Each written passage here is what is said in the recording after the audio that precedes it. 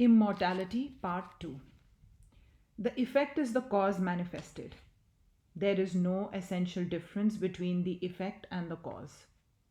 Take this glass for instance. There was a material, and that material plus the will of the manufacturer made the glass. And these two were its causes and are present in it. In what form is the will present? As adhesion. If the force were not here, each particle would fall away. What is the effect then? It is the same as the cause, only taking a different form, a different composition. When the cause is changed and limited for a time, it becomes the effect. We must remember this. Applying it to our idea of life, the whole of the manifestation of this one series, from the protoplasm up to the most perfect man, must be the very same thing as cosmic life. First, it got involved and became finer, and out of that fine something which was the cause, it has gone on evolving, manifesting itself, and become grosser. But the question of immortality is not yet settled. We have seen that everything in this universe is indestructible. There is nothing new, there will be nothing new. The same series of manifestations are presenting themselves alternatively like a wheel, coming up and going down. All motion in this universe is in the form of waves, successively rising and falling. Systems after systems are coming out of fine forms, evolving themselves and taking grosser forms, again melting down as it were and going back to the fine forms. Again, they rise out of that, evolving for a certain period and slowly going back to the cause. So, with all life. Each manifestation of life is coming up and then going back again. What goes down? The form. The form breaks to pieces, but it comes up again. In one sense, bodies and forms eventual. In one sense, bodies and forms are eternal. How? Suppose we take a number of dice and throw them, and they fall in this ratio 6, 5, 3, 4. We take the dice up and throw them again and again. There must be a time when the same numbers will come again. The same combination must come. Now, each particle, each atom that is in this universe, I take for such a die, and these are being thrown out and combined again and again. All these forms before you are one combination. Here are the forms of a glass, a table, a pitcher of water, and so forth. This is one combination. In time, it will all break.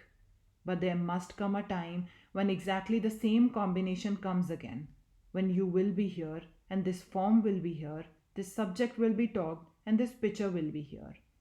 An infinite number of times this has been, and an infinite number of times this will be repeated. Thus far with the physical forms. What do we find? That even the combination of physical forms is eternally repeated. A most interesting conclusion that follows from this theory is the explanation of facts such as these. Some of you, perhaps, have seen a man who can read the past life of others and foretell the future. How is it possible for anyone to see what the future will be unless there is a regulated future? Effects of the past will recur in the future, and we see that it is so. You have seen the big Ferris wheel in Chicago. The wheel revolves, and the little rooms in the wheel are regularly coming one after another. One set of persons get into these, and after they have gone round the circle, they get out, and a fresh batch of people gets in. Each one of these batches is like one of these manifestations from the lowest animal to the highest man. Nature is like the chain of the Ferris wheel, endless and infinite. And these little carriages are the bodies or forms in which fresh batches of souls are riding, going up higher and higher until they become perfect and come out of the wheel. But the wheel goes on. And so long as the bodies are in the wheel, it can be absolutely and mathematically foretold where they will go, but not so of the souls. Thus, it is possible to read the past and the future of nature with precision. We see then that there is recurrence of the same material phenomena at certain periods, and that the same combinations have been taking place through eternity. But that is not the immortality of the soul. No force can die, no matter can be annihilated. What becomes of it? It goes on changing backwards and forwards until it remains to the source from which it came. There is no motion in a straight line. Everything moves in a circle. A straight line, infinitely produced, becomes a circle. If that is the case, there cannot be eternal degeneration for any soul. It cannot be.